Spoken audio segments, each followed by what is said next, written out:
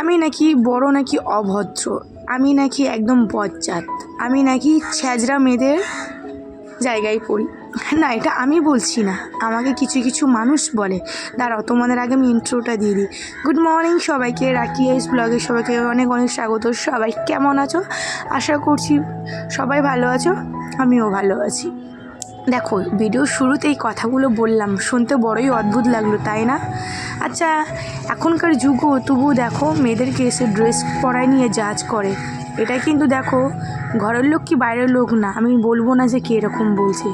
খারাপ একটা সামান্য টপ পরে পেট দেখা গেলেই সে নাকি খারাপ মেয়ে ছেলে। আচ্ছা, শাড়ি পরলে যে পেট দেখা যায়, পিঠ দেখা যায়, কোমর দেখা যায়, কই তাতে লোকে কেউ খারাপ বলে না তো? কেন এরকম? শাড়ি পরলেই তাতে ভদ্র, সব কিছু দেখা গেলেও ভদ্র, কিন্তু একটা টপ পরলে তাতে কোমর দেখা গেলেই অভদ্র হয়ে যায়। মানে আমাদের কি বলবো, দেশটা কোন জায়গায় চলে গেছে। মেয়েদেরকে কোনো কিছুতে ফ্রিডম দেওয়া হয় না, না একদমই না। দেখো, আমাকে কথাটা কমেন্ট করা হয়েছে বলেই আমি বলছি। আমি আমার বার্থডেতে যে ড্রেসটা পরেছিলাম সেটাতে আমাকে বলা হয়েছে তুই তো দিনকে দিন বড় হচ্ছিস, বয়স বাড়ছে, এই কি তো ড্রেসের বাহার, হ্যাঁ বুড়ি হচ্ছিস না চুরি হচ্ছিস। তাকে প্রথম একটা কথা বলি, বয়স কিন্তু শরীরের হয়, বয়স কখনো মনের দিক থেকে হয় না। এটা প্রত্যেকটা মানুষকে আমি বলি। আর রইল বাকি ড্রেস পরা, দেখো সেটা তোমার চোখ, তুমি কোন দিক দিয়ে দেখবে আমাকে। ভালো চোখ দিয়ে দেখলে ভালো লাগবে, খারাপ চোখ দিয়ে দেখলে খারাপ লাগবে। আমি এখানে আর কিরকম কিছু বলতে চাইছি না।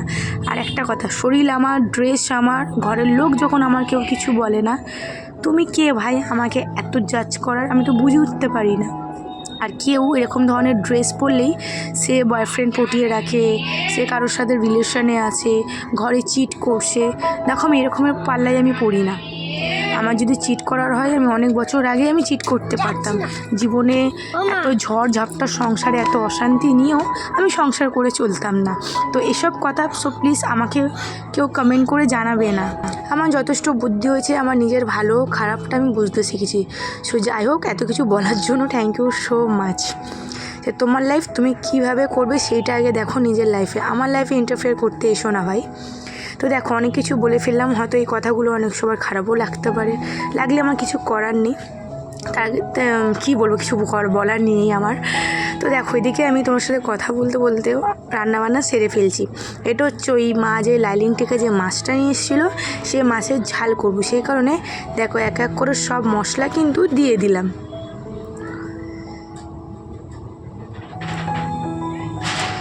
আর এই মাছের না, আমি জানি না কেন আলু ফালু কিছু দিয়ে, কোনো সবজি দিয়ে আমার খেতে পছন্দ হয় না। এই মাছ শুধু আমার পছন্দ হয় নয় ঝাল করে খাও টমাটম ধনে পাতা দিয়ে, নয় সর্ষে বাটা দিয়ে খাও।